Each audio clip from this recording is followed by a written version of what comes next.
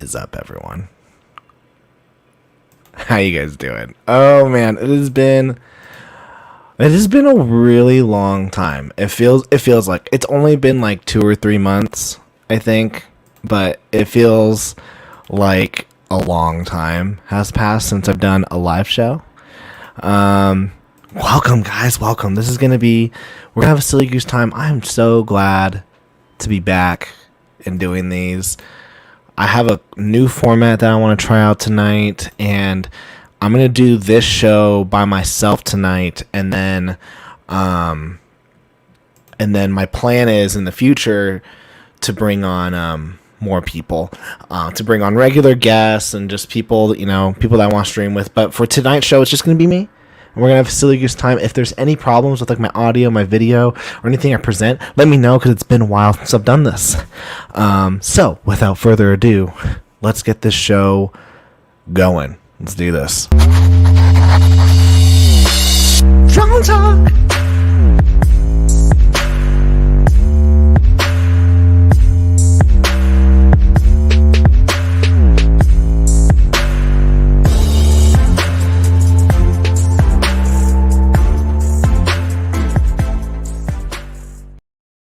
All right, boom. What is that? We got Matt Reese. What's up? Let me tell you something. Let me tell you something, Matt. I was gonna stream on Wednesday. The plan was to stream on Wednesdays, and I forgot that you took my slot. And I wanted to be respectful of the matriarchy, because it is like one of the best long form indie comic book shows that you can watch. And so I was like, you know what? I don't want to interfere on Matt. Matt has staked his claim on Wednesdays. I will be on Tuesdays. So there you go, Matt. I thought of you. I freaking thought of you, Matt. Got Scott the Flock. I'm all goosed up for the show. I love it. Sorry, guys. I'm just making money. Literally, that's what that is. It's for work. Massive Panda. What's up, Tyler? Oh, dude. What's up, man? Tyler's making live stream comebacks. I miss these. I miss these too. I'm hoping I do a good job tonight. I'm not even expecting a ton of people to show up, because I'm not in this routine yet, but I hope that we get back into the routine. We got Ichthus. Yo, is that my dude, Scott the Flock Wilson? What is up, Total Excellence? And we actually had Mrs. Hidlama. She was actually the first person to comment on here. Okay, guys, let's just do this. I'm pumped. If you're here, if you're watching, comment down below, say hi. I'd love to know what is up with you. So this is how the show's gonna go. We're gonna talk about various stuff. If you've noticed, my channel is a lot of these days about talking about manga lately. But I have been making some comic videos that are going to be coming out soon, but basically dissecting books that I've read, talking about them, showing how much I'm interested in them, and then kind of in a way promoting them. Like, I love Chainsaw Man so much that I was like, I have to do 3 videos on Chainsaw Man, and so that's what I did. And I hope that you saw how much I loved that series, and I hope that it made you want to read it. Delic Cake Art, hi. How you doing? Thanks for being here. So how the show's going to go is we're going to do the intro, we're going to talk, we're going to get some business done, then I'm going to talk about some books I'm reading, I'm going to talk about some indie projects I think you should look at, and then we're going to get into the main topic. And if you ever have a question or something you want us to discuss, we will do that. Dark Angel Kelly, make more videos and talk about how manga is God while Marvel and DC are asleep. Marvel and DC are asleep. It's nuts. And I'm not even talking about necessarily the storytelling of Marvel and DC comics, because there are actually some really good ones out there. The problem is that they are just not thinking smart in terms of distributing their comics. And probably the best person to look at, why manga is beating out comics. Comics by Perch, Comics by Perch just did an awesome video today about why manga is winning in terms of comics, and it's definitely to do with distribution. If they could just get in the right if they could just, get their books into Target, get their books in the right distribution areas, why is it that, I go to Target and there is all these Batman toys? Why don't you put some Batman comics in there? I don't know. Magnetic Salt in the house. How you doing? Perry's Hotter. Hello. How you doing? All right, guys. Let's see. Okay. It's been a while. If you haven't yet, on patreon.com/drawandtalk, it's a great way to support the show for $2 a month. You also get access to read my series, The Girl with the Mega Fist. Now this right here is the Patreon exclusive cover to The Girl with the Mega Fist. There's going to be 3 covers for The Girl with the Mega Fist Volume 1. This is the Patreon exclusive cover. There will be limited copies of this on Kickstarter, and after that we're gonna have one variant cover on Kickstarter, and then the main cover. And this book will come out. Physical editions will come out in February 2022. So I'm super excited about this. Let's see. Dark Angel Callie says, I actually want to read Common America, but as I'm from Mexico, it looks like indie comics aren't interested into being distributed internationally. I don't think that's the case, actually. I think all indies want as big of distribution as they possibly can. The problem is just the cost and the resources of it. Really, the best way for international backers to get indie comics currently is just through digital copies, unfortunately. I think all of us agree that we want you to be able to hold the physical book in your hand, but it's just sometimes, just due to international costs and whatnot, it is just so hard to do that, and it's just a lot more trouble. So if you want to read Common America, I highly suggest just getting the digital editions. I've gotten the digital editions; they're great. They read just fine. So far every crowdfunding book I've checked out was too expensive. Shipping to Canada is brutal. It is brutal. And here's the thing: I work for a publisher, and I work for a book publisher. And when we ship out our books, we get a discount from the post office, and still shipping to Canada is just, or just internationally, it's just such a pain in the butt, and it's just so expensive. Also, welcome, you new guy here. Welcome, you murdered that guy. Nice to have you here. Common America is available through Antarctic Press. Keep your eyes open. Yes, that's one nice thing about Common America, is that they are distributed as well through Antarctic Press. So, if you miss the Kickstarters or you don't want to get it on Amazon or on Iconic Comics, you can get it, order it through your local comic book store.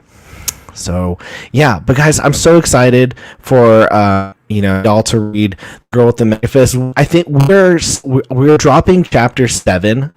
We're dropping chapter 7 this week on the Patreon. I've got it all built out of how I'm going to release all these various chapters digitally, but Patreon people will always get it way ahead of people. But it doesn't mean that I can't show some sneak peek pages of what's happening this week. So first off, those who are unfamiliar with what's going on, currently Eliana is fighting, the main nemesis is the evil people in the Girl with the Mega Fist world are the Sons of Baal, and they can turn into they're shapeshifters, but they can also turn into these massive creatures. And so Eliana and Daya have to fight. They're currently fighting this current Son of Baal, and we've been doing this fight probably for the last 2 or 3 chapters. So it's been really fun to draw this. I even got to draw this really cool double page spread. This took too long. This took way too long to draw. Although I drew all those individual raw, it was such a pain in the butt. It's been really fun. What's so cool about doing this book is that I can do whatever I want. If I want to add 2 pages to the tonight, this battle has been going on for 36 pages, and it's been so fun to experience. It's been so fun to do, and I've just been having such a fun time with this series, and so go patreon.com/Drawn Talk. Go check it out. Obviously, I'm going to be pumping out more of it. If you guys watch my videos, the end song that is in every single one of my videos at the end, that's the Girl with the Mega Fist OST, which you can actually listen to it. It's on a video on my channel. It's like a 45-second song that I recorded. But yeah, this is the Patreon exclusive cover. I can't wait to reveal the variant cover has been revealed. So I'll show that I'll show that right now. Actually, I haven't shown the main cover, which is the one that I need to draw. So this is the Patreon exclusive cover. This will be the variant cover on Kickstarter, and then I have to draw my main cover. So yeah, it's been awesome. Okay. Let's see. Let's go through the comments real quick.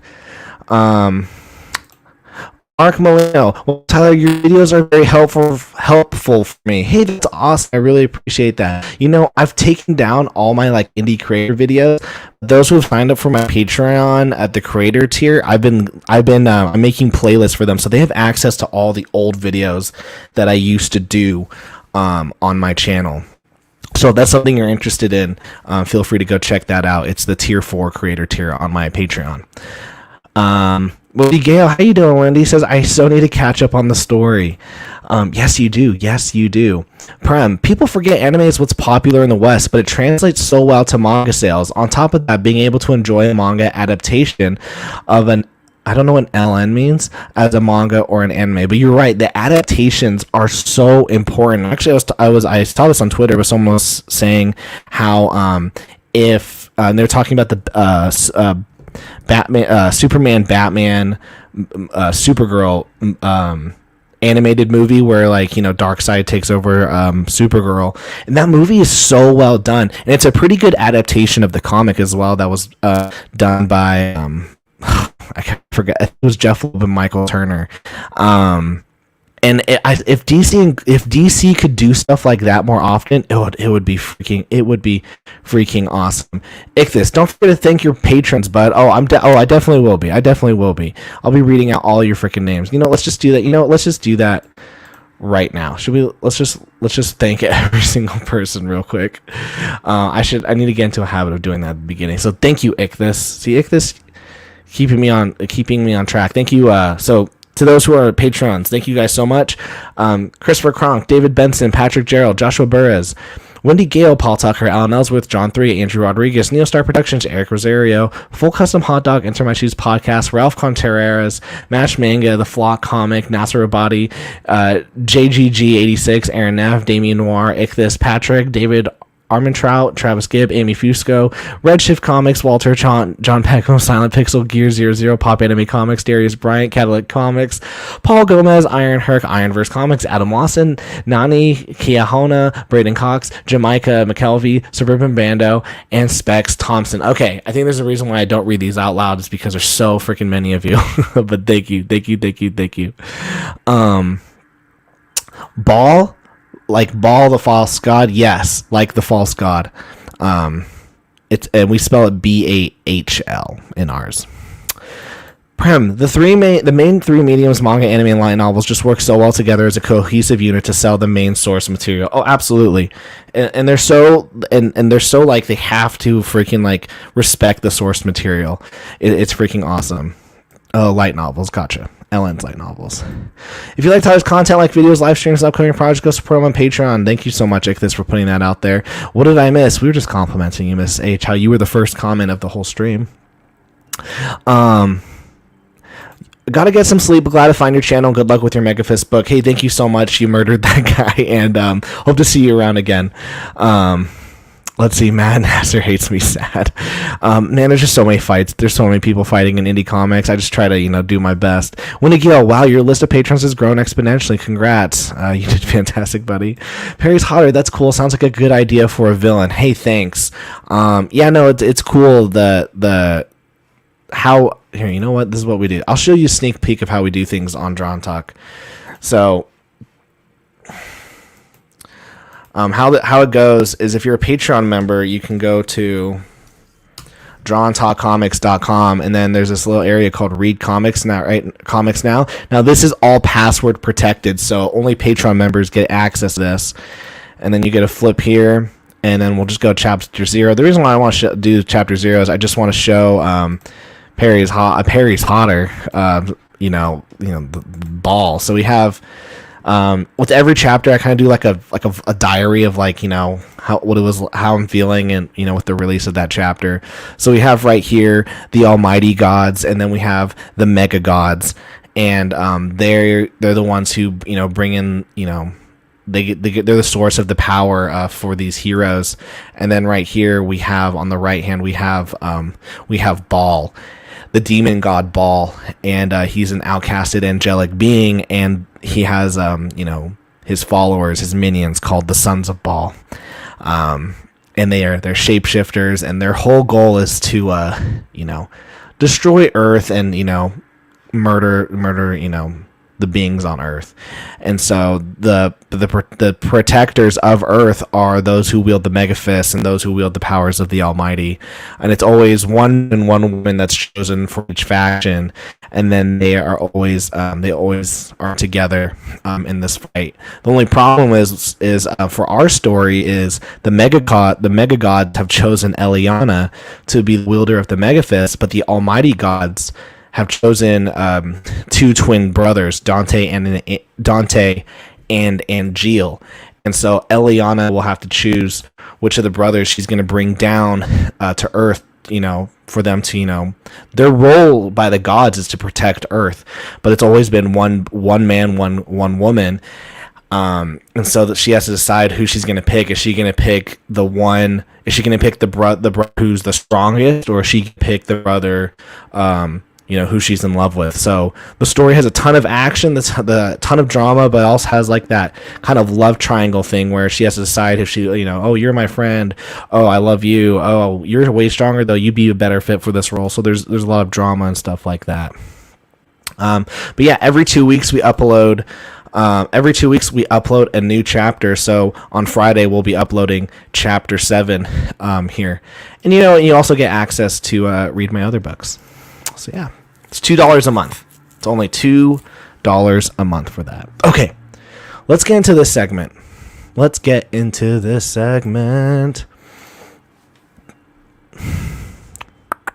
Gotta hit the right button.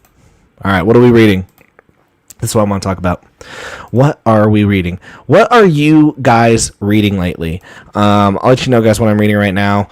I'm restarting Bakuman. I think this is just such an important series that I think every creator should read, just to see what it takes to make a comic, to make a manga, to make a web comic, and just the hustle and the thought process that goes into making a popular series. Like, when I read this, I was like, this is one of the reasons why I canceled Kickstarter in February, because I was reading the series and I was just like, man, I think I'm making the wrong moves.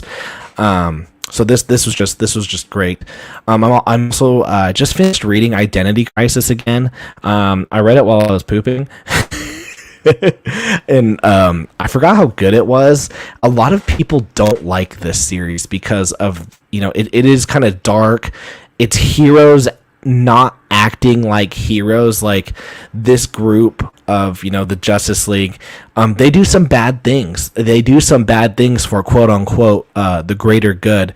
And I know that there was a lot of people who did not like the results that happened in this book. I thought it was really good. I'm someone who's very big into stories where the characters feel like they have to compromise their standards. Like 24. I love the show 24 because Jack Bauer, he's such a hypocrite. Like, he'll never make the sacrifice that he forces everyone else to make for the greater good. So he would probably, if it meant my brother dying in order to stop terrorists, he would be like, your brother needs to die in order for us to stop terrorists, because it's for the greater good.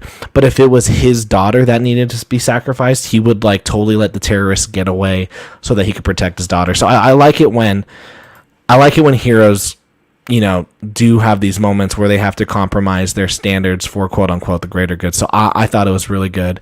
Matt, how did I know you did not like this? Matt, how did I know you did not like this? And with that, I gotta head out. Matt, thanks so much for popping by. And then finally, I'm starting this. It's on Webtoon. It's called the Omniscient Reader. It looks freaking dope. Like, I've seen so much art from it, and it looks really cool. I was going through a thread on like how to promote a webcomic, and they showed some cool images from this, and so I figured I should check this out. So this is something that I'm wanting to read. Massive Panda. I'm currently getting through Daniel Warren Johnson's Beta Ray Bill, and also Teenage Mutant Ninja Turtles: The Last Ronin. I'm enjoying both, but there isn't that much other stuff out there that I'm interested in.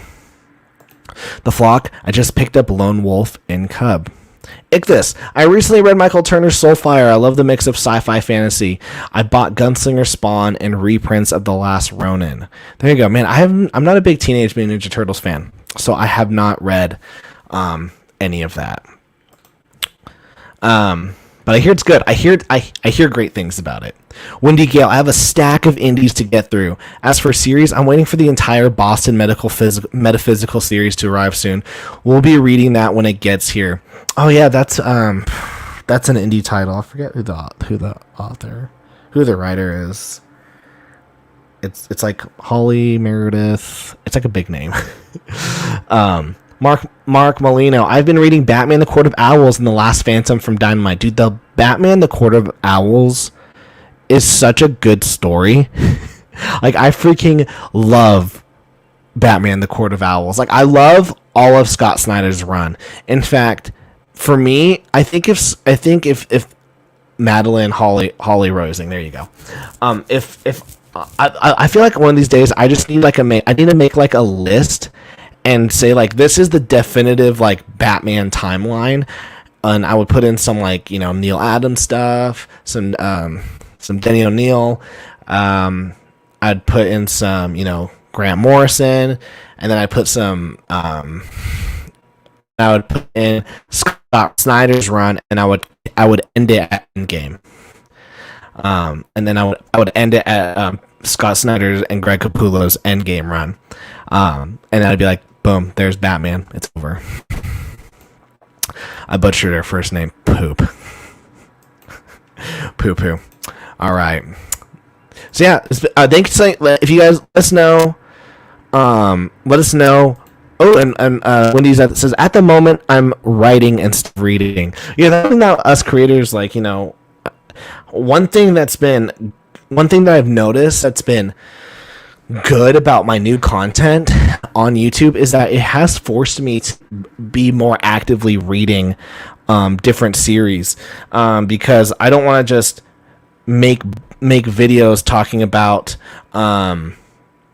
various like drama topics. I want to talk about the books that I'm reading, the stories that I'm getting into, and analyzing them. And to do that, you actually have to read weekly. We got Tim Lim in the house. Yo, what up, Ninja? What up, gangster? Gang.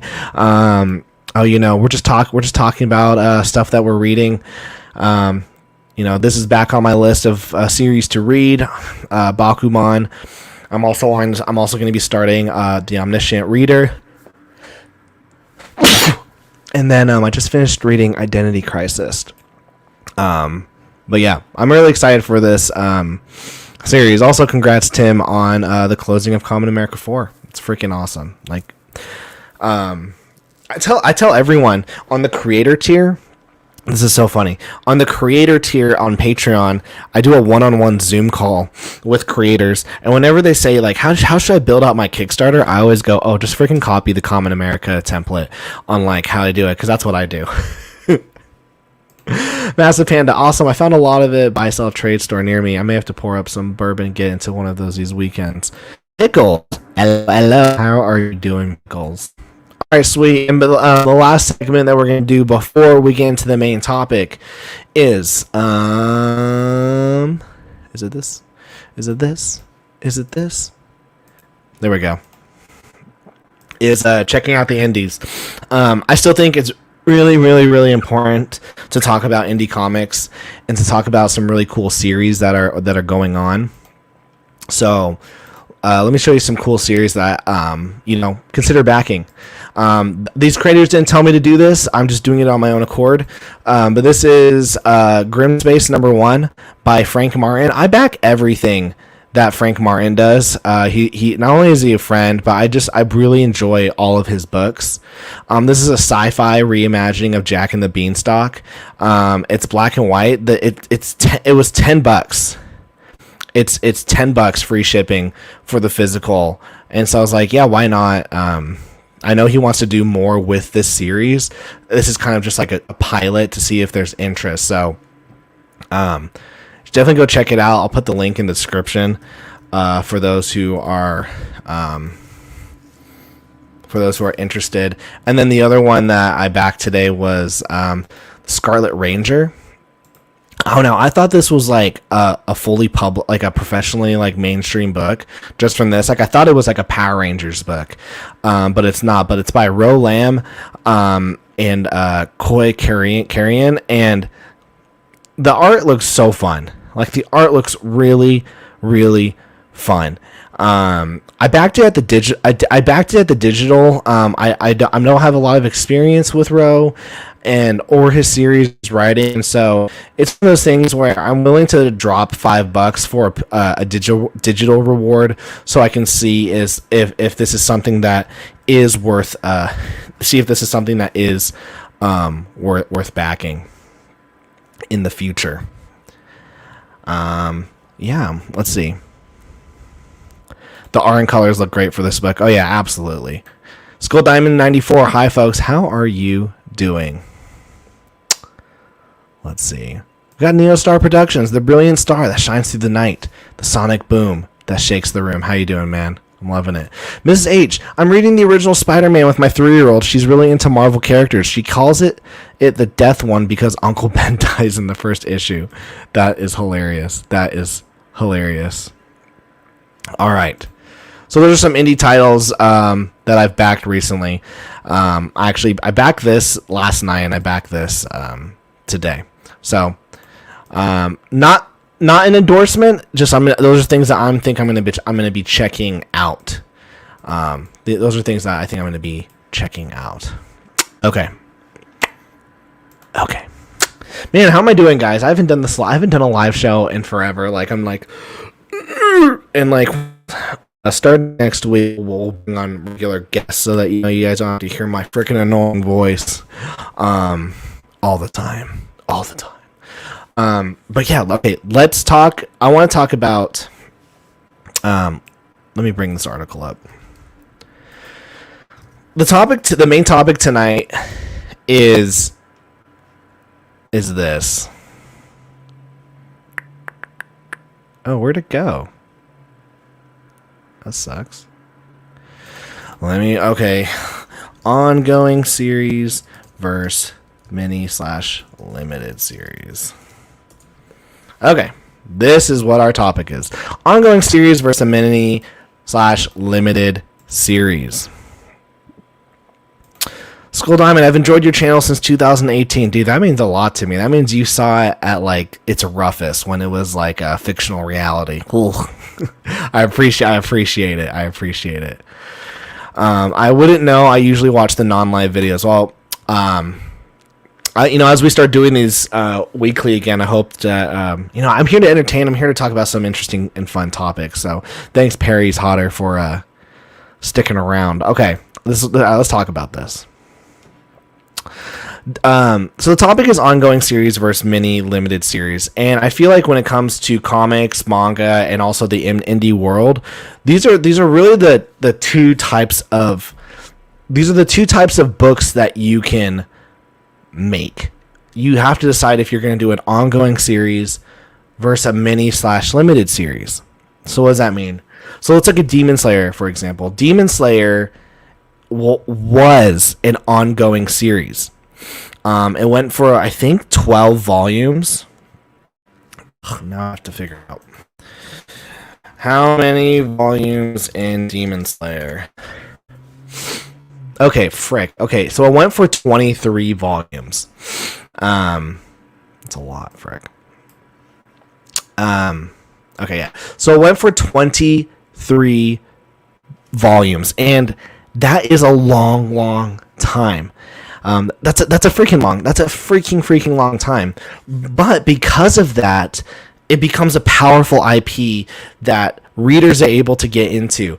And how do you know that Demon Slayer was popular? Because in 2020 it made 1 trillion yen. That's just in 2020. It made 1 trillion yen. To put that in perspective, that's around $8.7 billion.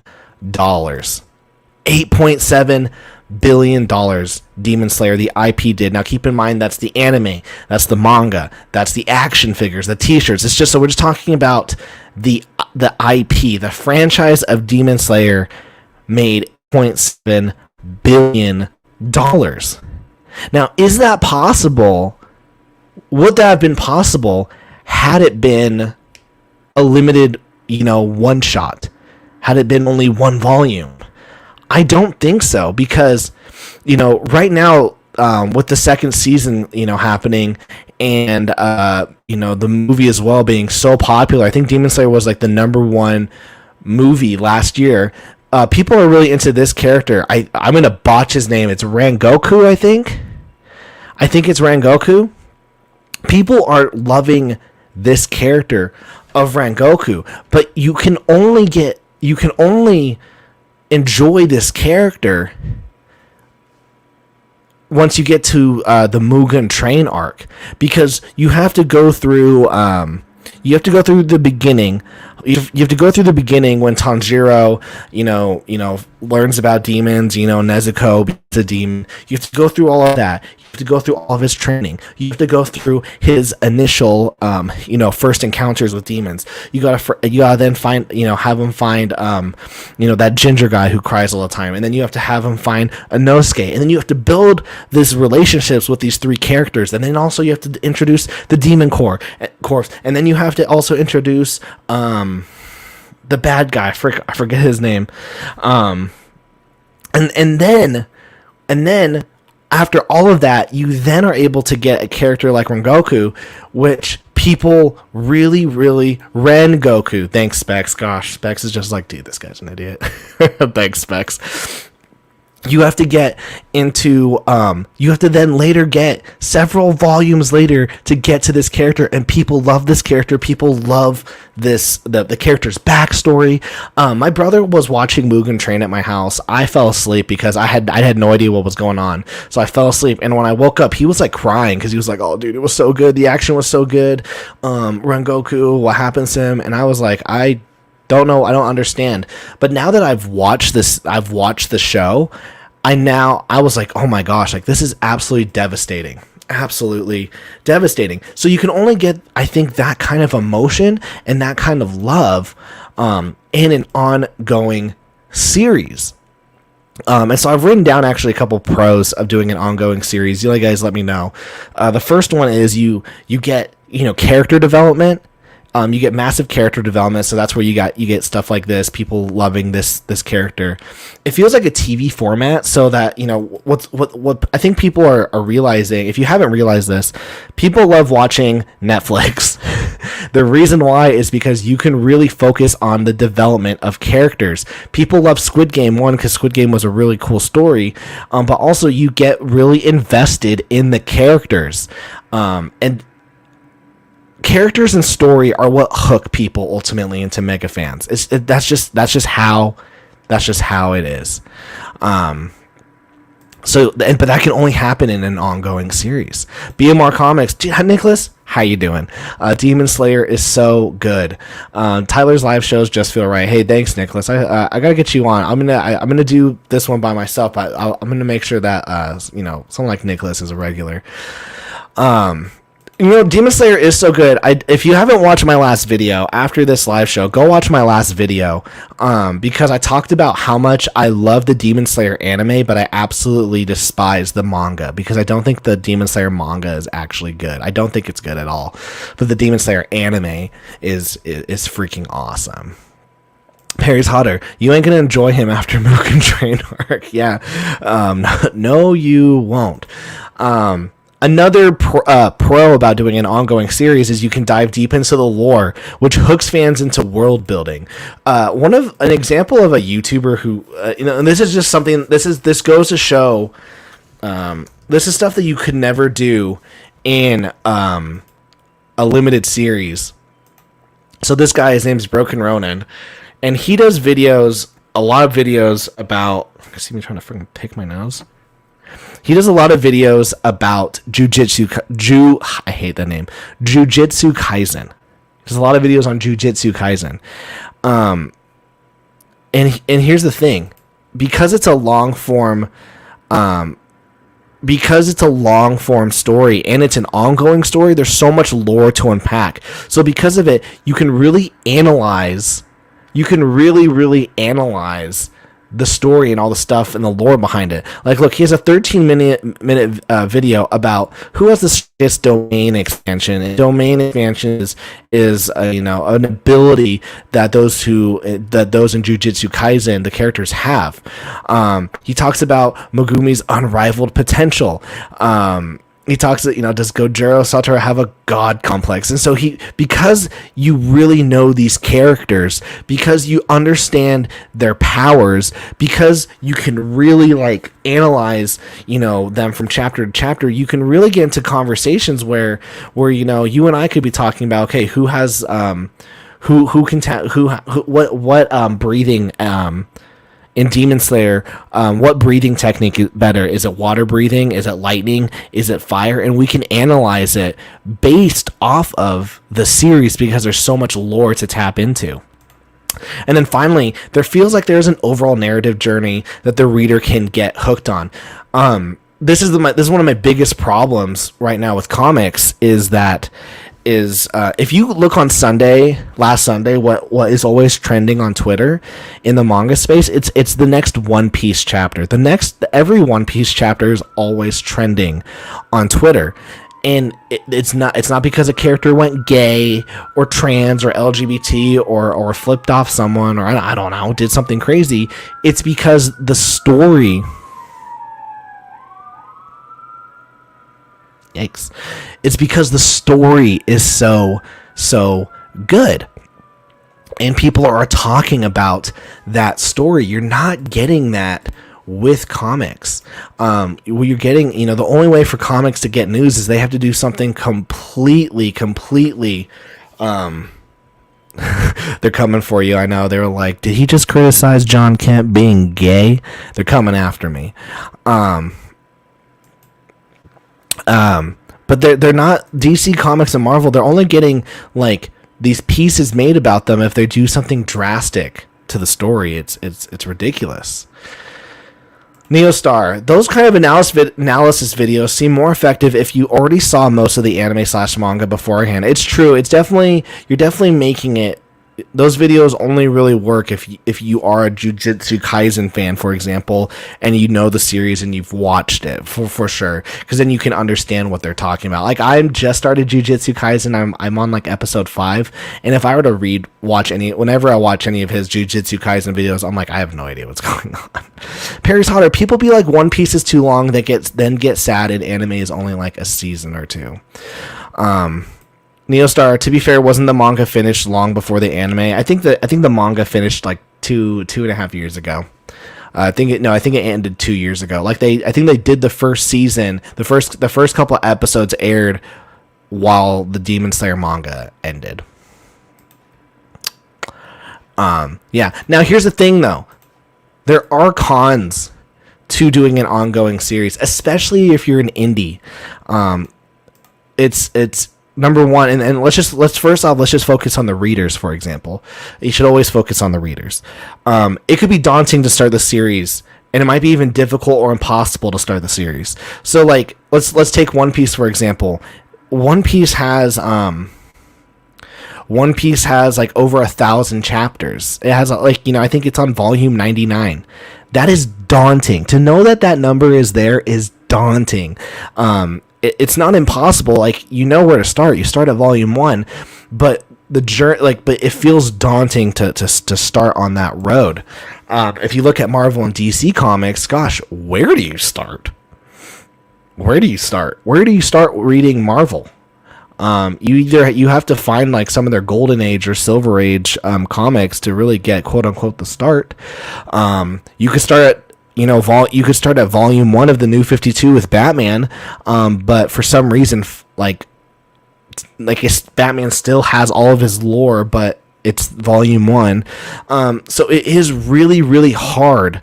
It is really, really hard for people to start these ongoing series. Nicholas says, focus on the readers. Now you're talking crazy. Blocked.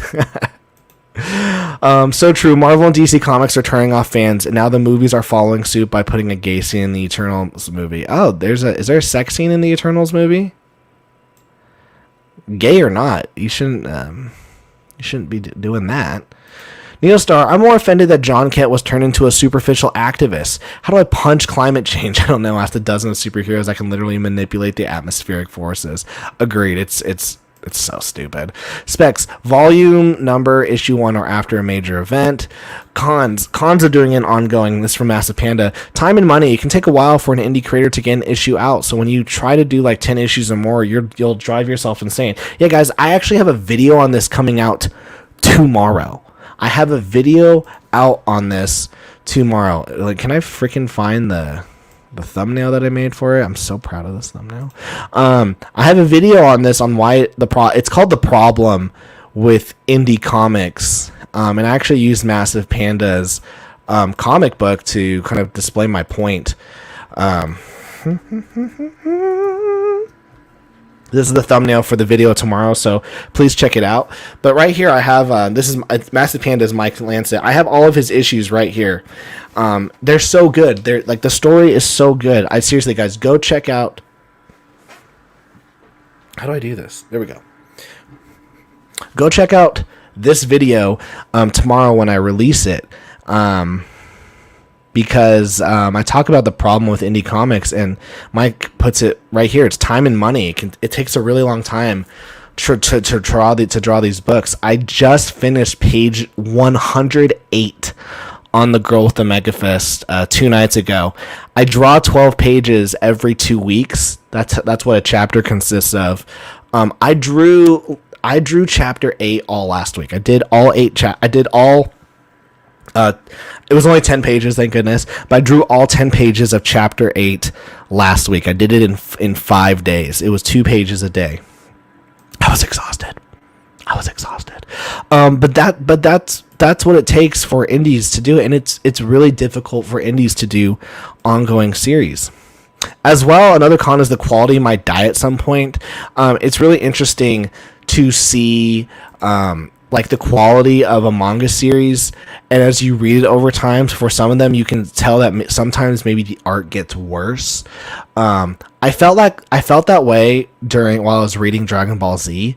After 300 chapters, I could tell that Akira Toriyama was like, dude, I just don't really care about Goku being Super Saiyan 3 and this long hair. I just could tell that it just looked like he was tired doing his art. So the quality of the artwork could potentially diminish with an ongoing series. Also, just confusion of where to start. I mean, look at DC. It's so hard to know, like, where do you start off with Volume 1? Which Batman? Do you start off Batman Volume 1, the Scott Snyder Batman? Or do you start off of Volume 1 Detective Comics with Francis Monopole and Brian Pucciletto? Do you start at Volume 1 with Tony S. Daniel on Detective Comics? Do you start on Volume 1 Batman Rebirth by Tom King?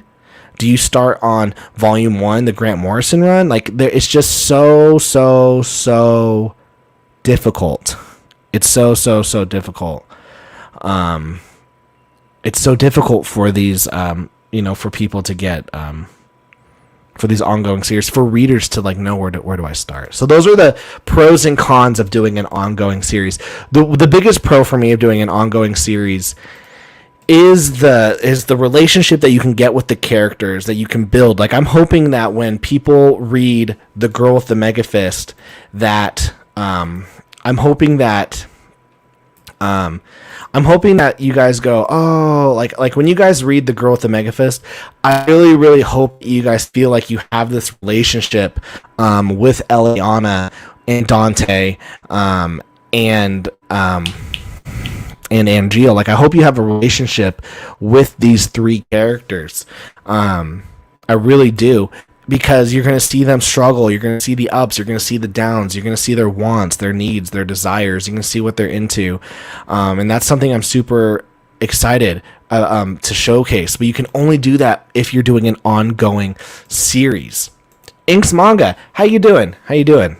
Nice to see you here. So that is one of the benefits of doing an ongoing series. And if you can really capture the hearts of readers and people who are into it, I mean, look, Demon Slayer. What's crazy also about Demon Slayer, and a lot of people don't know this, is that the manga sales before the anime were trash. Like they weren't doing well. It wasn't a popular series. The manga wasn't a popular series when during its time of Shonen Jump. But then when the anime came out, and this was, I think I tried saying this in the video, the anime and the animation and the sound design and everything really showcased what the story could be in a visual, more animated style. I feel like the manga art was so flat and the storytelling just didn't match with the flat art. But the animation elevates the writing that the art in the manga just couldn't do. Okay. Now let's talk about the miniseries. I just got if one thing I've noticed so I don't read a lot of DC or Marvel books. I don't read any of their ongoing, but I've been picking up some of the Black Label stuff, and this was the latest Black Label book that I got, which was Batman the Imposter, and this is a mini series. This is a limited series. Sometimes a good anime adaptation is a good push that your series needs. Oh, absolutely. Chainsaw Man is already really popular, but I think when the Chainsaw Man anime comes out, I really think it's going to break the internet. I think it is going to be nonstop what people are talking about. Nicholas says, Demon Slayer got a huge boost from the anime. The manga felt like a storyboards and really flat ones. Yeah, exactly. The Demon Slayer video you did was good. Hey, thank you so much. You guys, listen to Ink's Manga. Go watch my Demon Slayer video after this. All right, so in talking about mini/limited series, so DC Comics have been doing this, and same with Marvel, but they do a lot of these mini series, and this one is a 3-issue mini series called Batman the Imposter. Because it has Andrea Sorrentino's art, I was just like, I have to check this out. He has a very photo, like, I swear, like this is just Photoshop. Like, he take a picture of a city, Photoshop it, whatnot. I really could care less. He has a very gritty style, and it's only 3 issues, so I feel like I can, pop in, pop out, get a good story. The pros of doing a limited run, and this is for indies, and it's also for mainstream books, is that it's easier production. Like a 3-issue miniseries, 1, 2, 3, done. You're good. You're Gucci. Get in and get out. You can also tell a quick and short story, and you can, maybe make an impact real quick. Like, boom, there's the impact of the story. We're done. I can tell that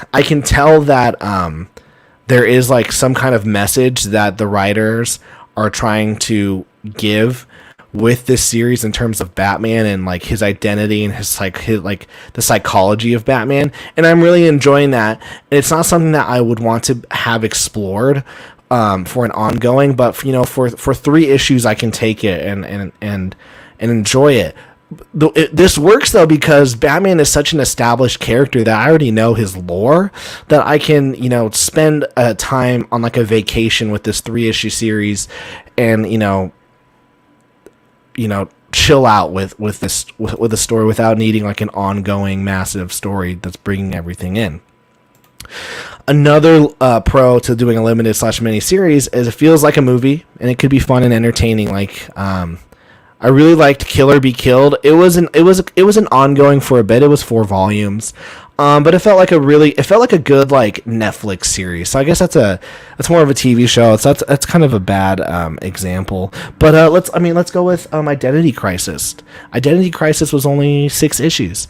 6 issues, and then it was done. It was a one story. Things happened.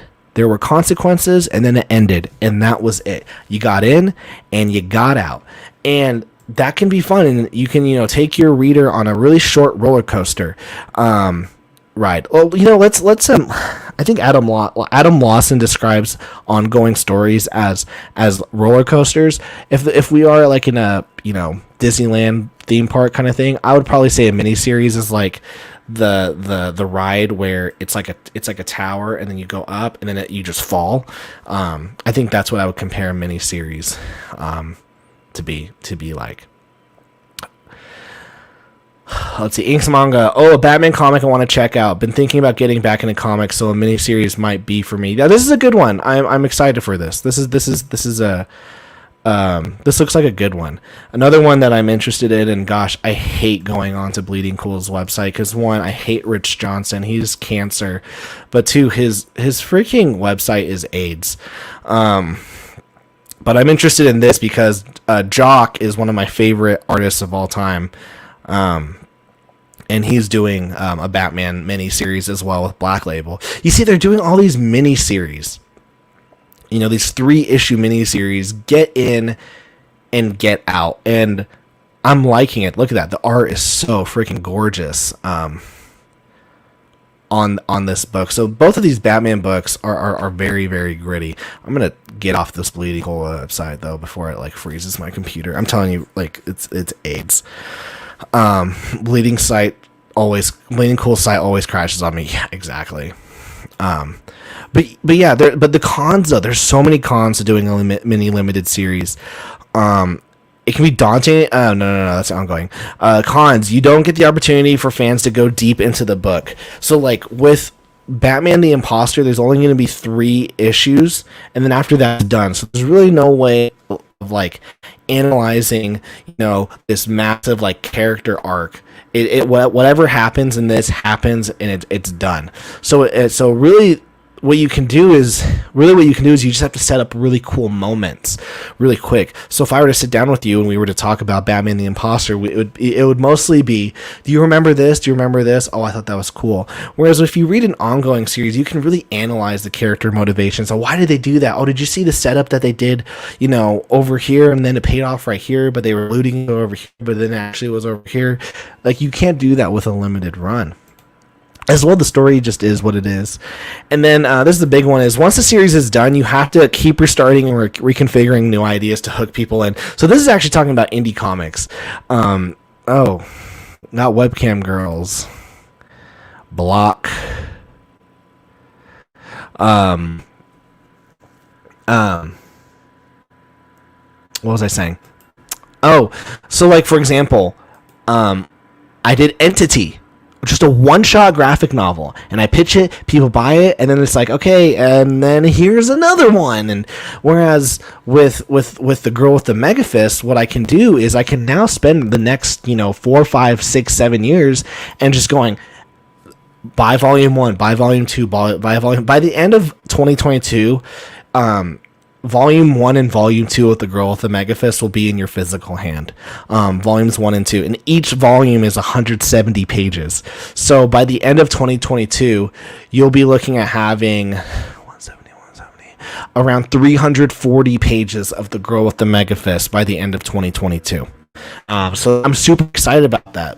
But it means that there's a lot that you can dive into. There's a lot of world building that we can do, a lot of lore that we can create, a lot of character analysis that we can do, and spend time with each character. I can spend time on moments. Like I said earlier, I did a 36-page fight scene, 36 pages.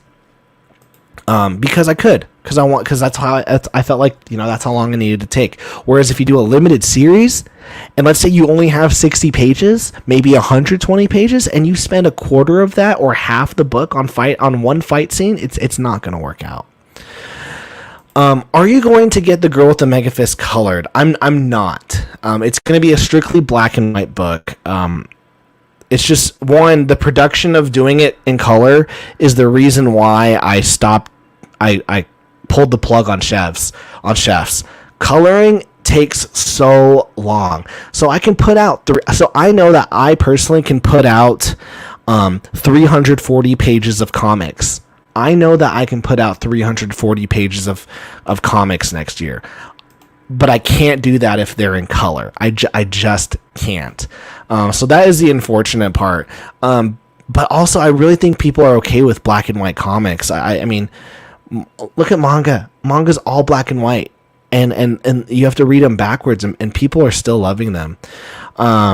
Even with some of these pieces, I'll either do the backgrounds, or sometimes I'll just pay for the line art, and then I have a colorist I send, and I'll just go, hey, dude, can you color this real quick? Just because coloring takes such a long time. What's funny for all of these is I just asked for the character, and then I did the backgrounds and effects for every single one of these images. Cool, you're making a comic. Also, good luck on your comic series. Hey, thank you. It's like I'm calling it like an American manga. I don't know. I don't know how to say it. It's a manga with Western influences. So like Nicholas's, I know Nicholas says mine's a comic with Eastern your influences, and mine's a manga with Western influences. How's that, Nicholas? Because Nicholas, for his is a comic. He his is in color. It reads left to right. But if you read Demon Slayer in his series that he's putting out, if you didn't back Sunchild, you missed out. You missed out on what you're on some awesome stuff.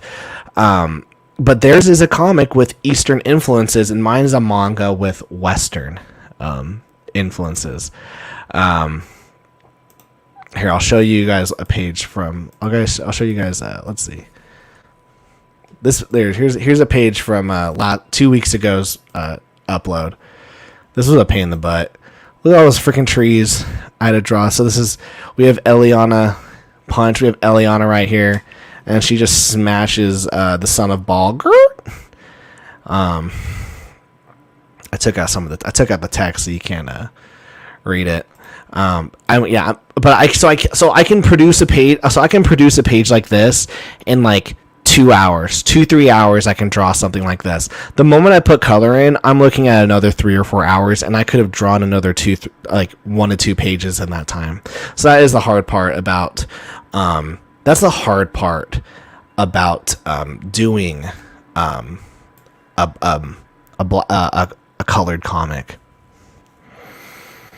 And it's expensive. It's just expensive.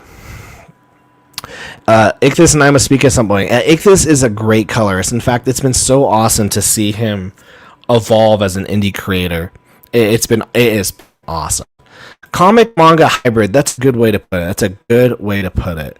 Inks manga, nice. I prefer black and white myself. Also, wow. Hey, thank you so much. Yeah, guys, if you're not a member of the patreon.com/drawandtalk, for $2 a month, you get early access to the Girl with the Mega Fist chapters. So, right here, this is a Patreon exclusive site. It's password protected. You click on there, and every 2 weeks, we update it with a new chapter. So on Friday, we'll be uploading chapter 7 of The Girl with the Mega Fist. So I'm super excited. It's making me excited about writing my own project. Inks manga, do it. Like, seriously, go and do it. Make it happen.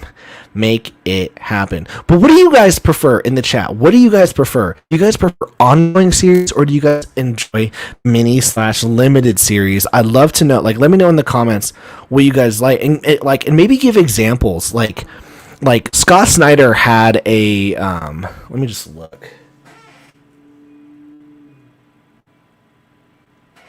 Yeah, I think it was at like an 8 or 9 volume run on Batman. So it lasted 5 years. And I freaking loved it. I freaking loved it. But then also I loved Francis Monopole's Detective, and that was an ongoing series. But then I also really like Batman: The Black Mirror, which is just a limited mini series. So I don't know, like what are what do you prefer? I think manga does better. I think manga does better with doing an ongoing series, but I can't say that either because Fujimoto, the creator of Chainsaw Man, he did that one shot for Shonen Jump, and it was really well done. Delicate Art says, if I love the characters, I will keep reading, and that's the thing. That is the thing is you have to love the characters. Like, you have to love the characters. You have to create characters that people can love. But can you find love in a character in a miniseries? And I think you can find love in a miniseries, but if that miniseries ends, then there goes the relationship that you have with that character. I'm looking at my books right now. For examples, here's an example. Mark Millar and Raphael Albuquerque, they did a book called Huck, and it was 1 volume, and the story was so good. It was so good, and they never did volume 2, 3, or 4, and they had all this world building, and then it was done. So I like the character, but now it's over. Now the relationship that I have with that character is over. Whereas if it had been an ongoing series, who knows what could have been built on it. You guys don't hate read. I hate that. I hate people who hate watch or hate read. It's so sad. Neostar. Oh man, Riser Man never did get that pizza eating contest with Dairy King. We can still here's the thing, guys. I want to bring chefs back. I really want to bring chefs back. The problem with chefs is that it's a color book, and I want to let you guys know something. I legit, I kid you not. I promise this. Like, I swear on my mother's life. This weekend, I did everything in my power to figure out how I could put chefs out in black and white. I legit tried my best to figure out how I could put chefs in black and white. The book does not look good in black and white. The book does not look good in black and white. They're like, it looks so good in color. Like, I tried so hard to do it in black and white. It just does not look good in black and white. This has to be a color book. I mean, Ms. Maple, is so colorful. Agent P is so colorful. I mean, you have to have Dairy King and his blue and all these noodles. Like, it has to be in color. It has to be in color. And so, if I'm ever, here's the thing. If I was ever able to quit my job and to make comics full time, I would do it one chef's volume. I would do The Girl with the Mega Fist. I would do The Girl with the Mega Fist still as an ongoing series, but I would also find time to put out 1 volume of Chefs every year. I would do that because I love Chefs. I love this series so much. I just don't have time to color the pages. I could draw the line art up the wazoo. I just don't have time to color it.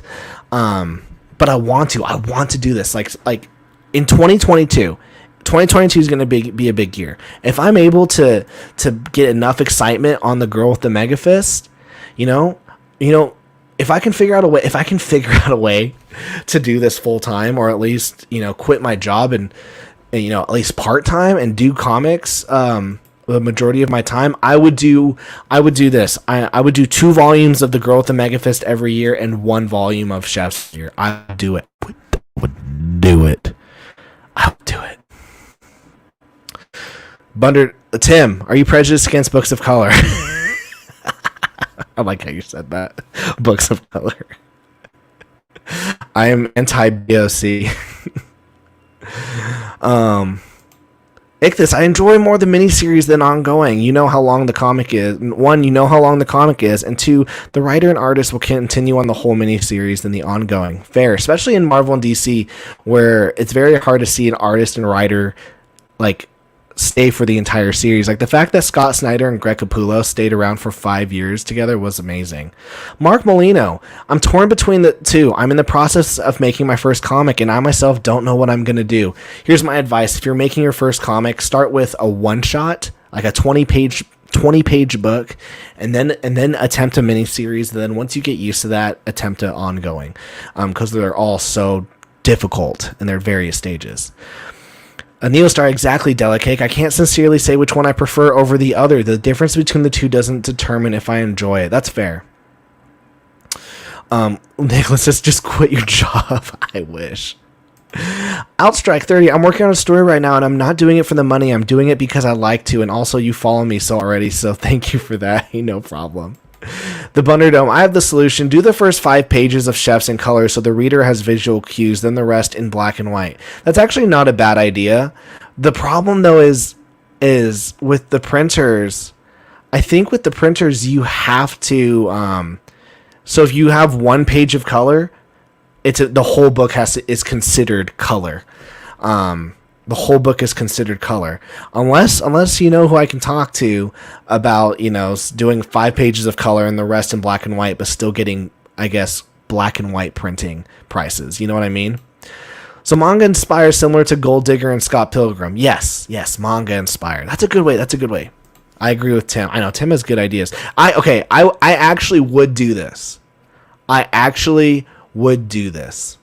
I would do this, but I'd have to find a solution. I'd have to also find a solution. I'd also have to figure out as well, though, is what about this? This whole book is in color, and it does not look good in black and white.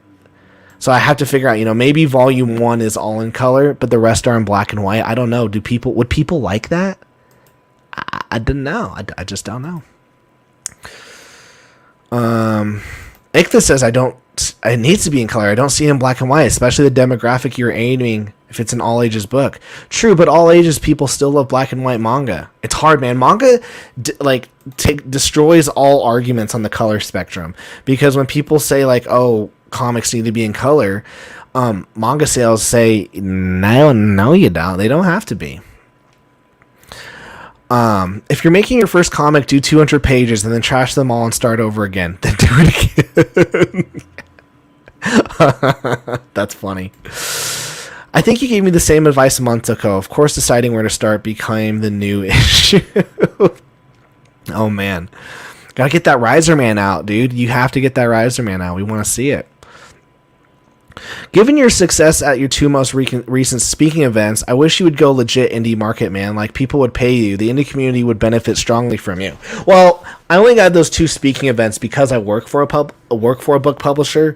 So, when they are looking for speakers, they look for who's in the industry, and because I am in the book publishing industry, they'll go, oh, he knows how to talk about marketing.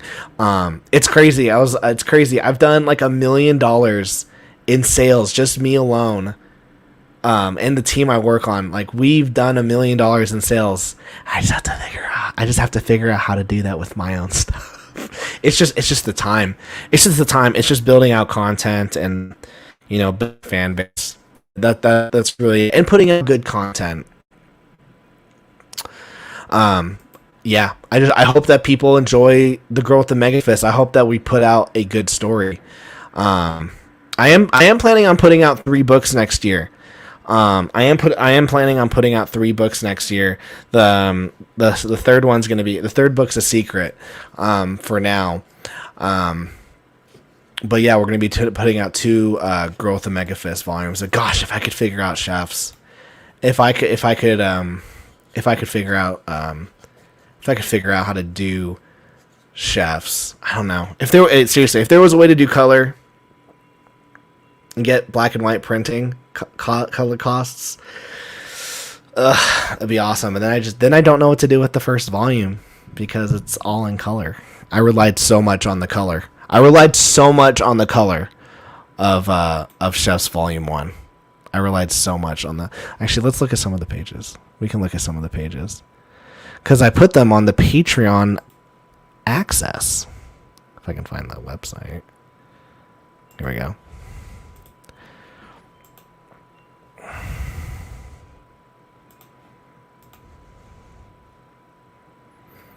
Focus on getting demons out next, dude. Oh, yeah. I've actually Nicholas, I've already started, actually.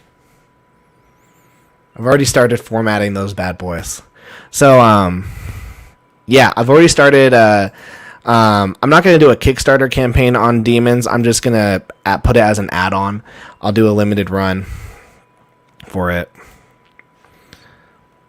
Yeah, guys, like, this was really hard. So, by the way, guys, what Nicholas is talking about is I'm making demons.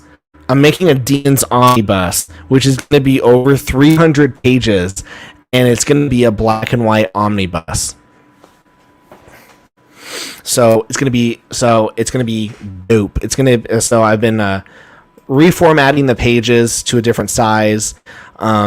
Turning all the pages into black and white, and it's going to be awesome. So it's just going to be another add-on. So by next year, you'll be able to buy Entity. You'll also be able to buy Demons because I'm not selling Demons anymore. But you'll be able to buy Demons at a good price.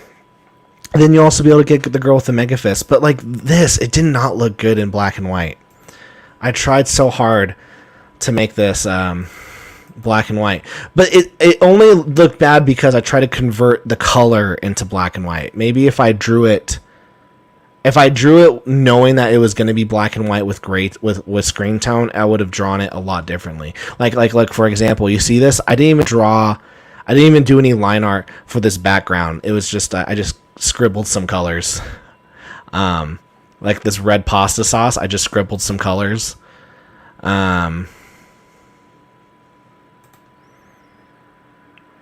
All of this could have. Yeah, I could do. Would people want a black and white chef's book, or would you just want it? I don't know. It looks so good in color, though. I don't know, guys. I don't know. Eliana's favorite food. They have different food in the sanctuary. And in the chapter that I'm working on right now, actually, there's one panel where one of the characters who's been to Earth was like, yo, they have these things called cheeseburgers, and they're awesome.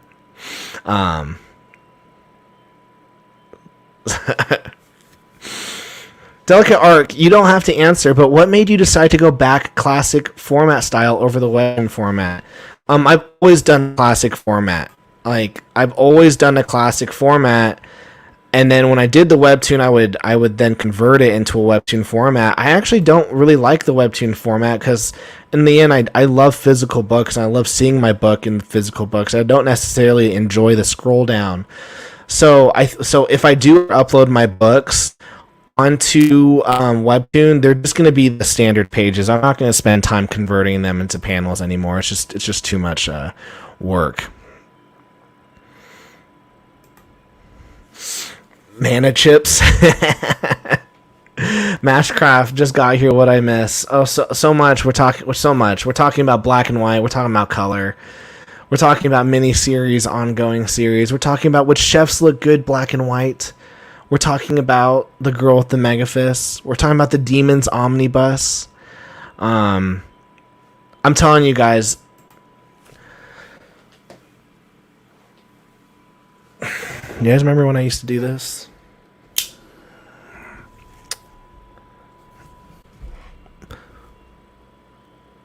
...2022 is going to be a dope year for Tyler. I hope. I really hope. 2022, I really hope, is a good year for Tyler because... as I pick my nose again. Oh, no. The booger's right there. Gross. No, let me get tissue paper. That's disgusting. 2022, I hope, is a really good year because I'm really I feel like I don't know. I feel like I'm putting out good content. I feel like I'm doing my best in terms of marketing, and I really believe that The Girl with the Mega Fist is a strong IP. Like, I felt that Chefs was a strong IP, and I know that Chefs was a strong IP. But what ultimately broke me was the workload of Chefs, and just the coloring the book was just so hard on me. It was my least favorite thing. It was my least favorite thing to do was color Chefs.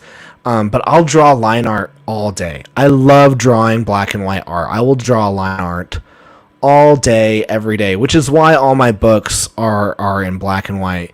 I only have like 2 or 3 hours every day to maybe draw. And if it takes me 2 days to do a page, it's just really difficult on me. But if I can, do 2-3 pages in 2 days, I'm able to put out the stories at the amount that I want. Outstrike30 says, any crossovers for your work like Eliana and someone else in your other stories? I can't say. I do have something happening.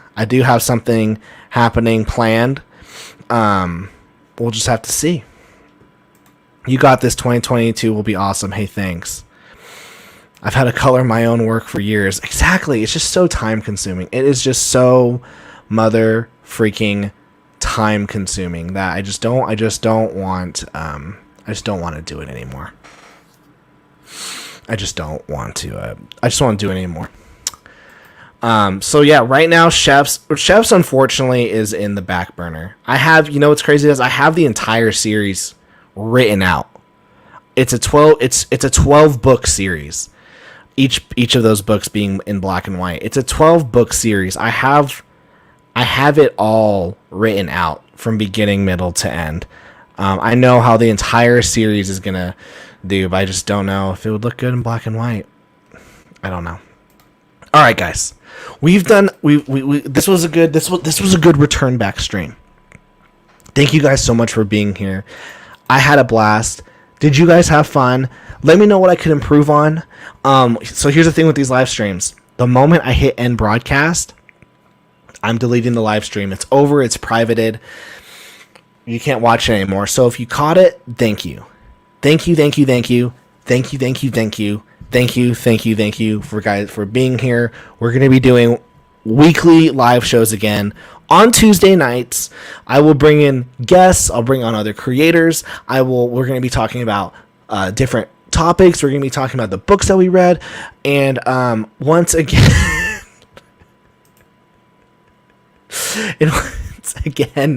we're going to have, like always, a silly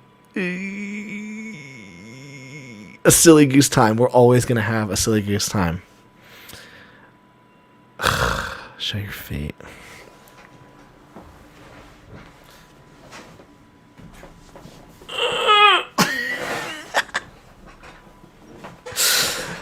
Just for you, Tim. All right. Alrighty. All right. Neil Star for $1.99. Here's to 2022. Awesome. Thanks for the super chat. You guys, we got to do it.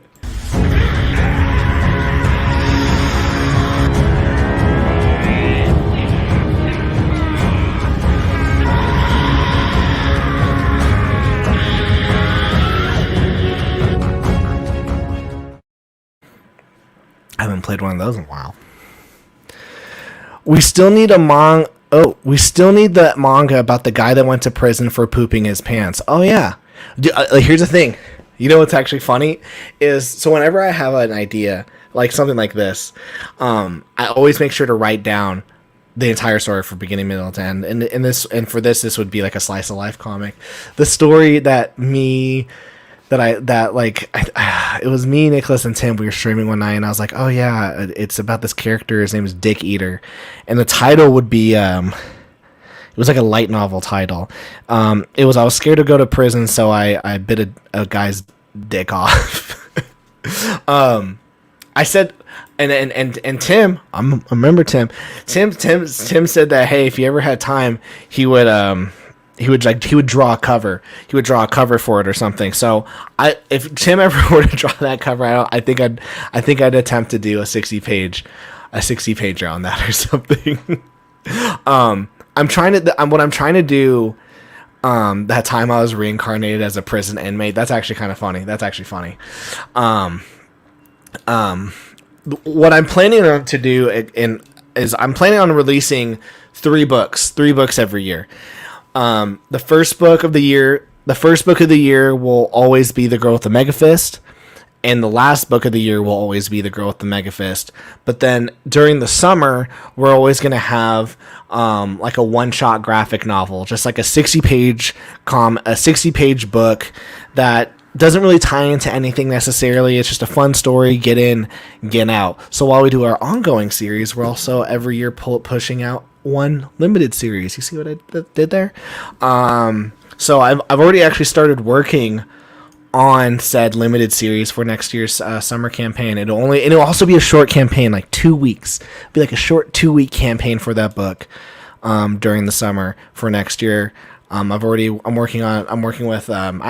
say it right here. I'm working with Mashcrafter. Mashcrafter helped me create a lot of the stuff for the summer blockbuster. We're the only people who know what it's about, and we're going to keep it that way. Like, I can't wait to see that middle one. Exactly. Only we know what that one's about. We're going to keep it that way, because when we drop it in the summer, you're going to be like, oh, another book. Another book. All right, guys. Thank you guys so much for watching. You guys are awesome. I'll see you guys next week on Wednesday.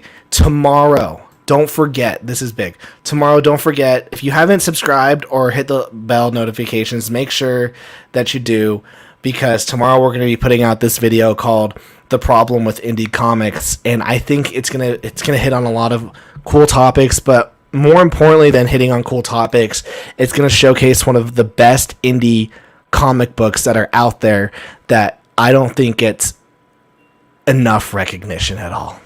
Like, I've spent the last year and a half saying, I'm going to get this story, and when I finally did, I was like, holy crap, this is dope. So make sure that you guys watch the video tomorrow. It's only a 5-minute one, and thank you guys so much for watching. Peace. Strong talk.